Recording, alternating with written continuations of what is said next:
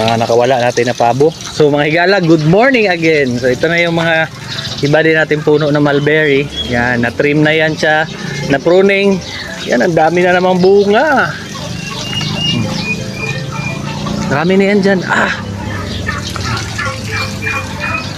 So doon nga, 2 puno pa lang, marami na tayong magawa na mulberry wine saka jam. So dito, yan, ito yung ininvest ko din, no? Alawas 2,000 pesos din to.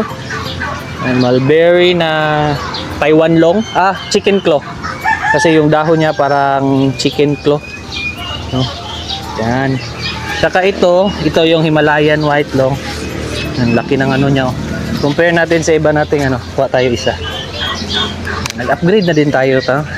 Nag-invest talaga tayo dito sa mulberry at saka pabo. Compare natin, oh, yung pinaka-adult niya. Isang laki, oh. Yan na, namumunga na yung ating ilang, siguro 2 years din na inayos.